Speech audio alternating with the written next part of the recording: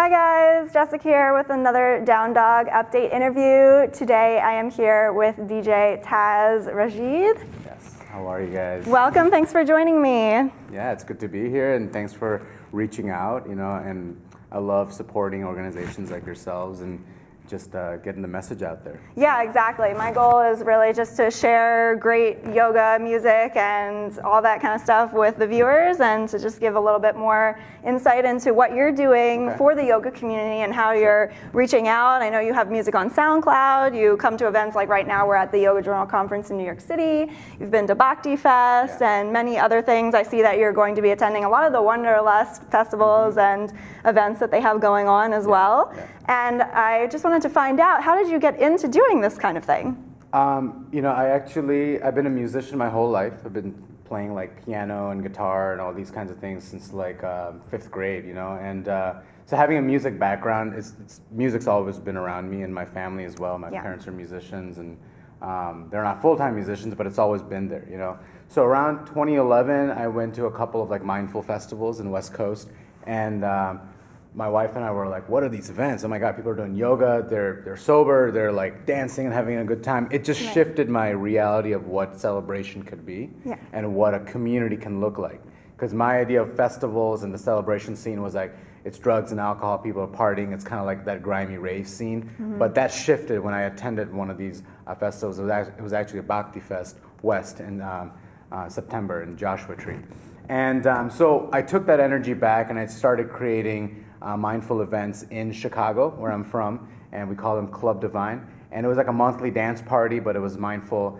We had different kinds of meditations, dancing, conscious vendors, like a mini festival. And in order to do that event, I was like, well, I need to play music. So I was like, okay, I have a lot of good music. Let me start DJing. So I learned, taught myself how to DJ. I got into that, it was a whole new world, opened up, and it was a lot of trial and error and a lot of fun. So that kind of started that journey like that.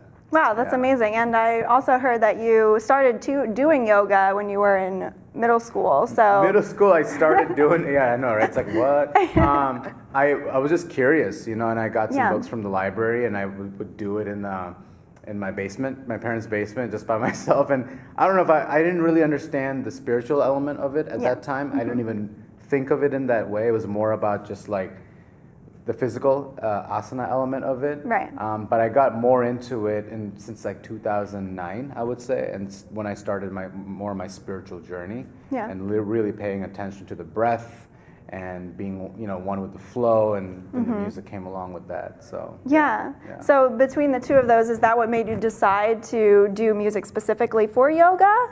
When I first started going to these festivals, I was more into the music element, like the kirtan and the music scene, and the yoga I would go every once in a while, sometimes not even.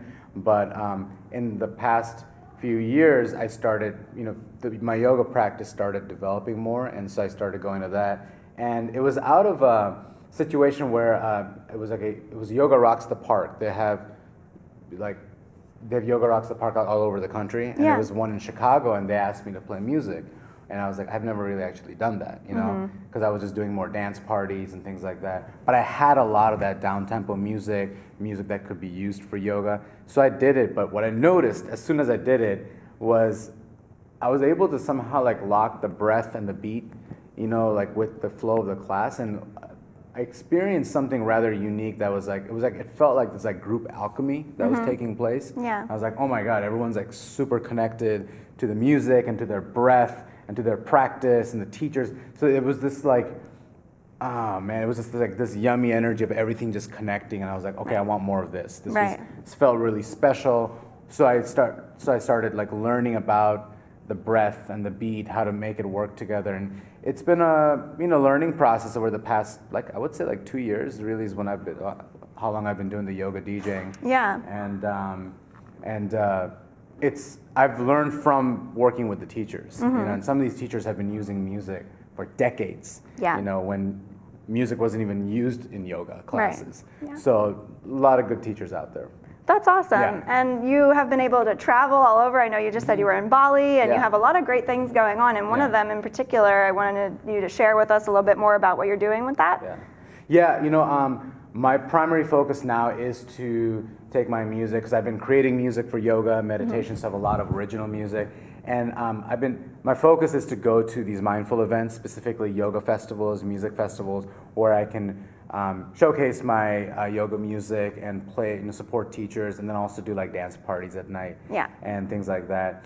And one of the unique features that I've been offering at these festivals is a workshop called My Best Playlist. And this is a workshop designed specifically around yoga and music for yoga. And so the audience is usually yoga teachers or students who are really enthusiasts about yoga music, and they want to learn how to sequence their classes, how to find music. So I'm sharing with them my insight on how I find music, how I find the remixes, how I'm creating it, how I'm sequencing it.